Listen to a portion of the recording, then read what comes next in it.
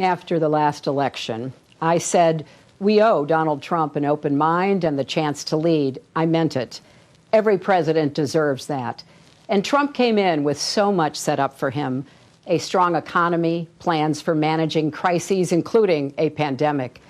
Yes, we Democrats would have disagreed with him on many things, but if he had put his own interests and ego aside, seen the humanity in a child ripped from her parents at the border, or a protester calling for justice, or a family wiped out by natural disaster, that would have been a good thing for America and the world.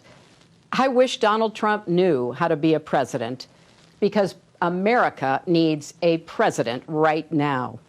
Throughout this time of crisis, Americans keep going, checking on neighbors, showing up to jobs as first responders, hospitals, grocery stores, nursing homes. Yes, it still takes a village. And we need leaders equal to this moment of sacrifice and service. We need Joe Biden and Kamala Harris. Everyone has a story about Joe's caring and empathy. I remember him calling after my mother, Dorothy, died, and we talked about being raised by strong women. The best testament to Joe is how he's cared for his family. And how great is it that Dr. Jill Biden plans to keep teaching as First Lady. And Joe picked the right partner in Kamala. She's relentless in the pursuit of justice and equity, and she's kind. When her press secretary, Tyrone Gale, was dying of cancer, she dropped everything to be with him in his final moments. I know something about the slings and arrows she'll face, and believe me, this former district attorney and attorney general can handle them all. So this is the team to pull our nation back from the brink. But they can't do it without us. For 4 years, people have told me, I didn't realize how dangerous he was. I wish I could do it all over. Or worse, I should have voted.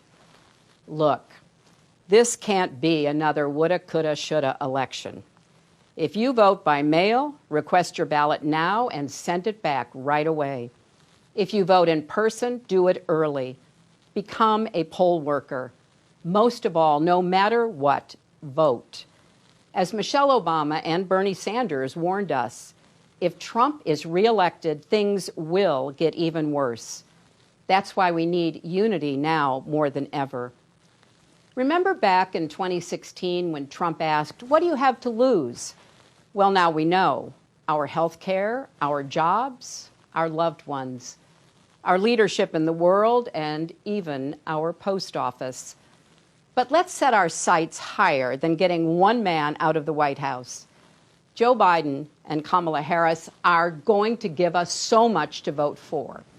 Let's vote for the jobs that Joe's plan will create: clean energy jobs to fight climate change, caregiving jobs with living wages.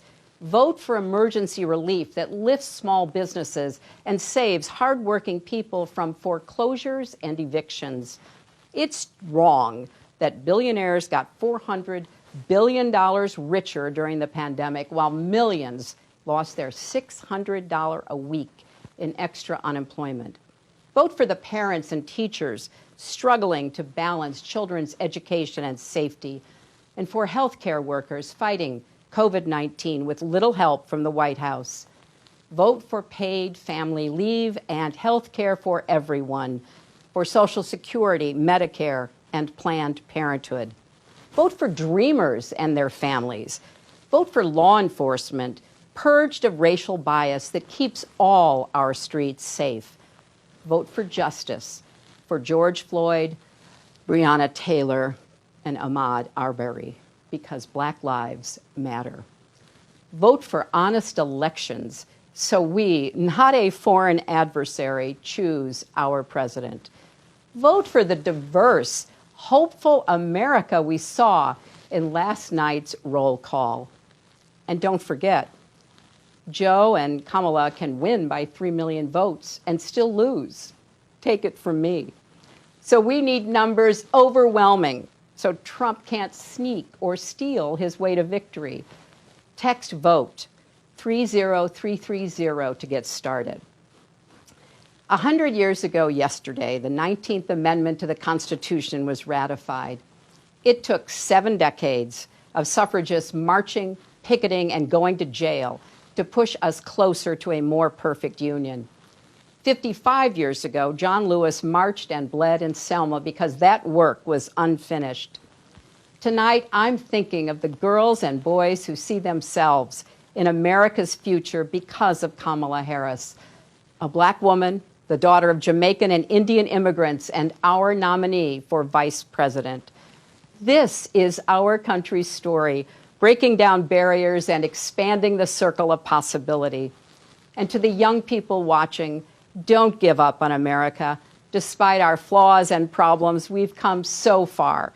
We can still be a more just, equal country with opportunities previous generations could never have imagined. There's a lot of heartbreak in America now. And the truth is, many things were broken before the pandemic. But as the saying goes, the world breaks everyone, and afterward, many are strong at the broken places. That's Joe Biden. He knows how to keep going, unify, and lead, because he's done that for his family and country. So come November, if we're strong together, we'll heal together. We'll redeem the soul and the promise of our country, led by President Joe Biden and Vice President Kamala Harris.